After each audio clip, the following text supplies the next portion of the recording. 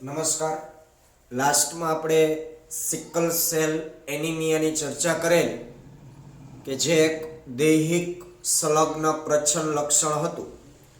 ત્યાર પછીનો રોગ છે ફિનાઇલ કીટોન્યુરિયા. આની ચર્ચા આપણે આગળના એક ટોપિકમાં થયેલી છે, જો યાદ હોય તો, પ્લેઓટ્રોપી, જેમાં આપણે ફિનાઇલ કીટોન્યુરિયા રોગ વિશેની ચર્ચા થઈ હતી.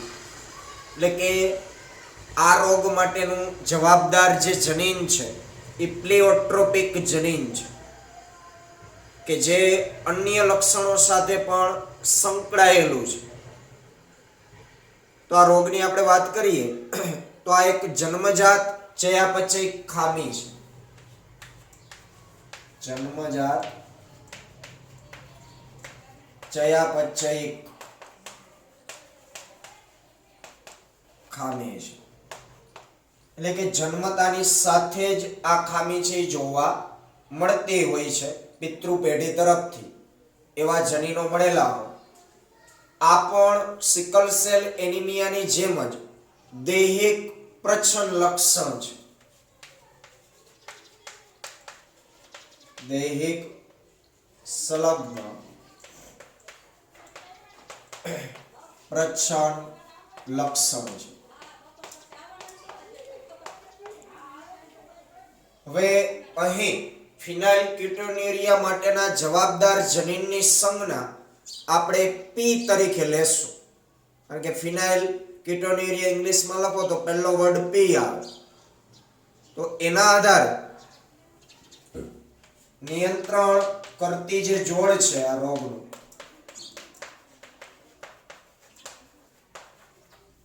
એને આપણે લેશું કેપિટલ પી અને સ્મોલ પી, જેમાં કેપિટલ પી પ્રભાવી અને સ્મોલ પી પ્રચ્છન્ન.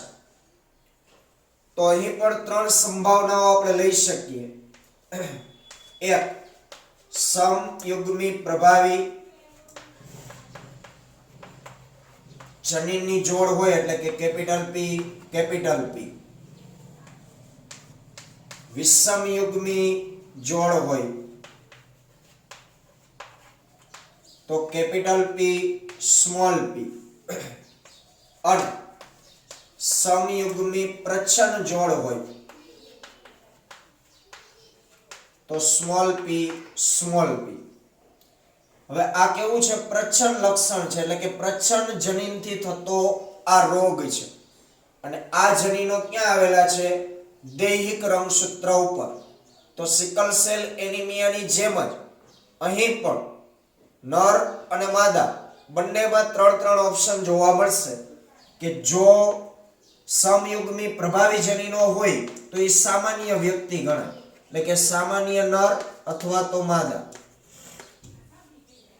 વિષમયુગ્મી જોડ હોય તો એ વાહક ગણાય, એ જ રીતે વાહક નર અથવા તો માદા. અને પ્રચ્છન્ન જનીન હોય તો એ રોગિષ્ટ ગણાય, એ રોગિષ્ટ નર અથવા તો માદા હોઈ શકે. તો આવા ત્રણ ઓપ્શન આપણે વિચારી શકીએ. અહીં પણ 9 ચાર્ટ તૈયાર થઈ શકે. હવે આ રોગ વિશે થોડીક આગળ ચર્ચા કરીએ તો આ જે જનીન છે એ પ્રચ્છન્ન જનીનની અસર હેઠળ એક જે ઉત્સેચક છે, એક ચયાપચય ક્રિયા માટેનો જરૂરી, એ સર્જાતો નથી. ખાસ કરીને આપણે આપણા શરીરની અંદર જે ફિનાઇલ એલેનિન હોય છે, આ ફિનાઇલ એલેનિન ચોક્કસ ઉત્સેચકની મદદથી ટાયરોસિનમાં છે એ રૂપાંતરિત થતું હોય છે. અને આ ઉત્સેચક એટલે ફિનાઇલ એલેનિન હાઇડ્રોક્સાઇલેઝ.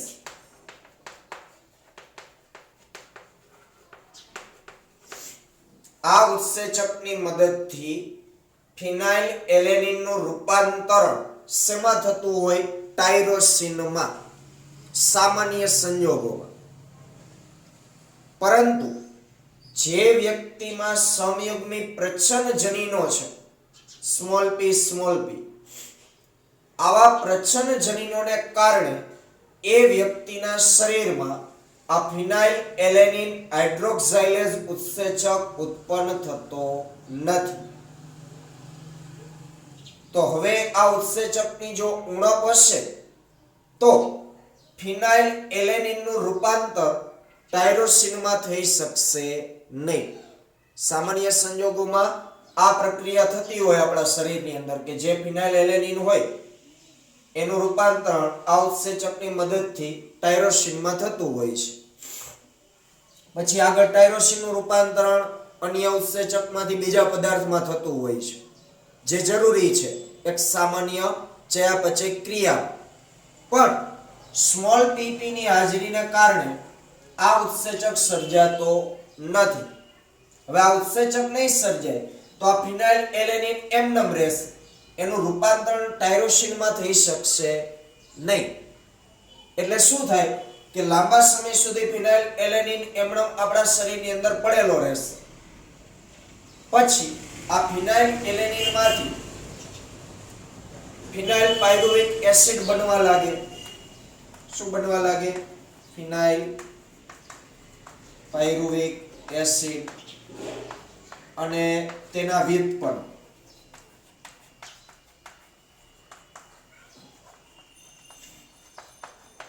બને. ખરેખર ટાયરોસિન બનવું જોઈએ પણ હવે આ ઉત્સેચક સર્જાતો નથી પ્રચ્છન્ન જનીનને કારણે. સમયુગ્મી સ્થિતિમાં પ્રચ્છન્ન જનીન હશે ત્યારે તો ફિનાઇલ એલેનિનનું રૂપાંતર શેમાં થવા લાગશે? ફિનાઇલ પાયરુવિક એસિડ અને તેના અન્ય વ્યુત્પન્નો, અન્ય નિપજો બનવા લાગશે. હવે આ જે બધું છે એ આપણા શરીરની અંદર એકત્રીકરણ થાય. એકત્રીકરણ થાય એટલે માનસિક નબળાઈ આવી જાય આમની આડઅસરોને કારણે. અને આ બધા પદાર્થ છે એ મૂત્રપિંડ દ્વારા ખૂબ જ ઓછા પ્રમાણમાં શોષણ પામે છે. તો વધુ જથ્થામાં યુરિન દ્વારા એનો ત્યાગ થતો હોય છે. તો યુરિનની અંદર જ્યારે આ ઘટકોની હાજરી જોવા મળે વધારે માત્રામાં એટલે સમજી લેવું કે આ ફિનાઇલ કીટોન્યુરિયા રોગ થયેલ છે, મતલબ આ ઉત્સેચકની ઉણપ છે. કારણ કે ફિનાઇલ એલેનિન એકત્રીકરણ થશે એના આવા સ્વરૂપોમાં પછી ચેતાતંત્ર ઉપર અસર કરતી હોય છે અને માનસિક નબળાઈ આવી જતી હોય છે. કારણ કે આપણે પ્લિઓટ્રોપી ભણ્યા ત્યારે માનસિક મંદતા, વાળ તથા ત્વચાના રંજકકણમાં ઘટાડો આવા લક્ષણ સાથે પણ એ જનીન સંકળાયેલું છે. એટલે ફિનાઇલ કીટોન્યુરિયા થાય તો સાથે સાથે માનસિક નબળાઈ આવે, વાળ અને ત્વચાના રંજકકણમાં ઘટાડો પણ થવા લાગે. કારણ કે પોતે એક પ્લિઓટ્રોપિક જનીન છે જે અલગ અલગ અસરો સાથે સંકળાયેલું છે. ક્લિયર? ચાલો ટેક્સ્ટ બુકમાંથી જોઈ લઈએ. આ જન્મજાત ચયાપચય ખામી પણ દૈહિક પ્રચ્છન્ન લક્ષણોની જેમ આનુવંશિકતા દર્શાવે છે. રોગગ્રસ્ત વ્યક્તિમાં ફિનાઇલ એલેનિન નામના એમિનો એસિડને ટાયરોસિન એમિનો એસિડમાં રૂપાંતર કરવા માટે જરૂરી ઉત્સેચકની ઉણપ થઈ જાય છે, જે રોગગ્રસ્ત વ્યક્તિ હશે એમ. પરિણામ સ્વરૂપે ફિનાઇલ એલેનિન એકત્રિત થતો રહે છે અને ફિનાઇલ પાયરુવિક એસિડ તથા અન્ય વ્યુત્પન્નોમાં ફેરવાય છે. તેના એકત્રીકરણથી માનસિક નબળાઈ આવી જાય છે. મૂત્રપિંડ દ્વારા ઓછો શોષણ પામવાથી તે વધુ પડતો મૂત્ર સ્વરૂપે ઉત્સર્જન પામે છે. તે એટલે કોણ? ફિનાઇલ એલેનિન. એ યુરિન સ્વરૂપે વધારે પડતો છે ત્યાગ કરવામાં આવતો હોય છે. તો આ વાત થઈ ફિનાઇલ કીટોન્યુરિયા રોગ વિશે. બરોબર? એમાં પણ સામાન્ય નર સાથે સામાન્ય માદા, વાહક માદા, રોગિષ્ઠ માદા એવા 3 ચાર્ટ બને. વાહક નર સાથે સામાન્ય માદા, વાહક માદા, રોગિષ્ઠ માદા એવા 3 ચાર્ટ બને. રોગિષ્ઠ નર સાથે સામાન્ય માદા, વાહક માદા અને રોગિષ્ઠ માદા એવા 3 ચાર્ટ બને. એટલે કુલ 9 ચાર્ટ છે એ બનશે. જે આપણે સિકલ સેલ એનિમિયામાં મેં તમને છેલ્લે સમજાવ્યું હતું એ જ રીતે. બરોબર? શુક્રકોષમાં એકને X ને એકને Y આપી દેવાનું, જેથી કરીને પુત્ર અને પુત્રીનો ખ્યાલ આવે. એટલે આના પણ તમે 9 ચાર્ટ છે એ દોરી લેજો. બરોબર, પ્રેક્ટિસ થાય. આપણે સરળ જ છે, ખાલી આ રીતે સંકરણ કરાવવાનું છે. બરોબર, ચાલો. ત્યાર પછીનો રોગ છે થેલેસેમિયા. એની આપણે આગળ ચર્ચા કરીએ.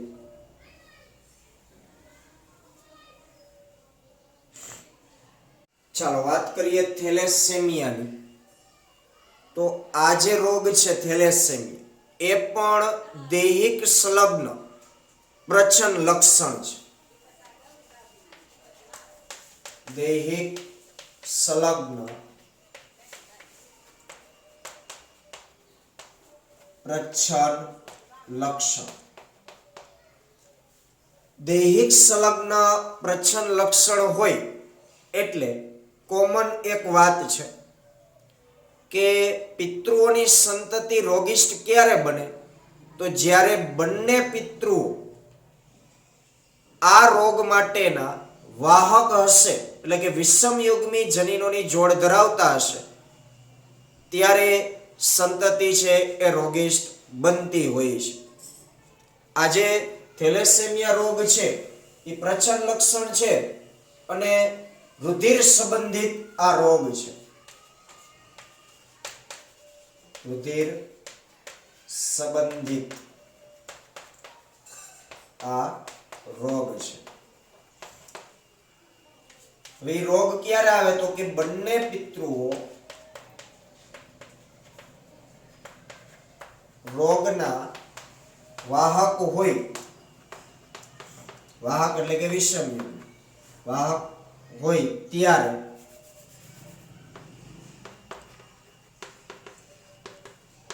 તે સંતતિમાં ઉતરી આવે છે.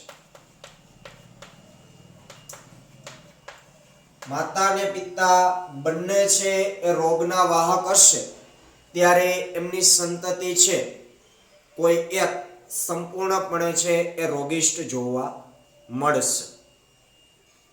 આ જે રોગ છે એ રોગ થવાનું કારણ જનીનની જોડમાં રહેલ કોઈ એક જનીનની વિકૃતિ અથવા તો લોપ થવાનું કારણ છે. ખાસ સમજો, આ રોગમાં આ રોગ થવાનું કારણ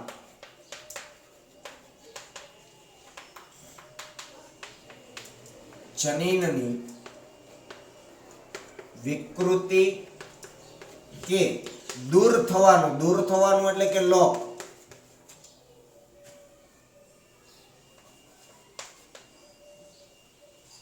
અહીં જવાબદાર જે જનીન હશે એ જનીનોમાં વિકૃતિ આવે અથવા તો એક કે એક કરતા વધારે જનીનો લોપ થાય. રંગસૂત્ર ઉપરથી એ જનીનો નીકળી જાય. આપણે વિકૃતિ વખતે લોપ અને દ્વિગુણન ભણ્યા છે. તો એવી રીતના જો લોપ થશે તો પણ આ રોગ થઈ શકે છે. આ જે રોગ છે એને આપણે કીધું કે રુધિર સંબંધિત રોગ છે. સિકલ સેલ એનિમિયા વખતે મેં કીધેલ કે થેલેસેમિયામાં પણ આપણે ધ્યાનમાં લેવાનું છે. તો આપણે સિકલ સેલ એનિમિયામાં કીધેલું છે કે હિમોગ્લોબિનનો એક અણુ એ 4 પોલીપેપ્ટાઇડ શૃંખલા ધરાવે છે. હિમોગ્લોબિનનો એક અણુ, એની રચનામાં 2 આલ્ફા શૃંખલા અને 2 બીટા શૃંખલા આવેલી હોય. તો આલ્ફા અને બીટા શૃંખલાઓનું સંશ્લેષણ ચોક્કસ જનીનો દ્વારા થતું હોય છે. આલ્ફા શૃંખલા બનાવવા માટેના જનીનો અલગ હશે, બીટા શૃંખલા બનાવવા માટેના જનીનો અલગ હશે. હવે આ જે જનીનો છે એ જનીનોમાં વિકૃતિ આવે અથવા તો એ જનીનોનો લોપ થાય તો એના કારણે આ શૃંખલાઓનું વ્યવસ્થિત સંશ્લેષણ થઈ શકતું નથી. તો અહીં હિમોગ્લોબિનની આ કોઈ પણ ગ્લોબિન શૃંખલા અસરગ્રસ્ત બની શકે છે. સિકલ સેલ એનિમિયામાં માત્ર ને માત્ર આપણે બીટા શૃંખલા અને માત્ર બીટા શૃંખલામાં 6થા નંબરના એમિનો એસિડની ખામીને આપણે સમજતા હતા. જ્યારે અહીં આખી શૃંખલાની વાત છે તો એમાં આલ્ફા શૃંખલા અસરગ્રસ્ત હોઈ શકે અને બીટા શૃંખલા અસરગ્રસ્ત બની શકે. તો હિમોગ્લોબિનની કઈ સાંકળ અસર કરતા છે એના આધારે થેલેસેમિયાના બે પ્રકાર પડે છે. ખાસ સમજો, હિમોગ્લોબિનની આ આલ્ફા કે બીટા આ બે માંથી કઈ શૃંખલા અસરગ્રસ્ત છે તેના આધારે થેલેસેમિયાનું છે વર્ગીકરણ કરવામાં આવે છે. એટલે કે બે પ્રકાર પડે છે થેલેસેમિયા, જેની ચર્ચા આપણે આવતા લેક્ચરમાં કરશું. અહીં સુધી આપણે રાખીએ.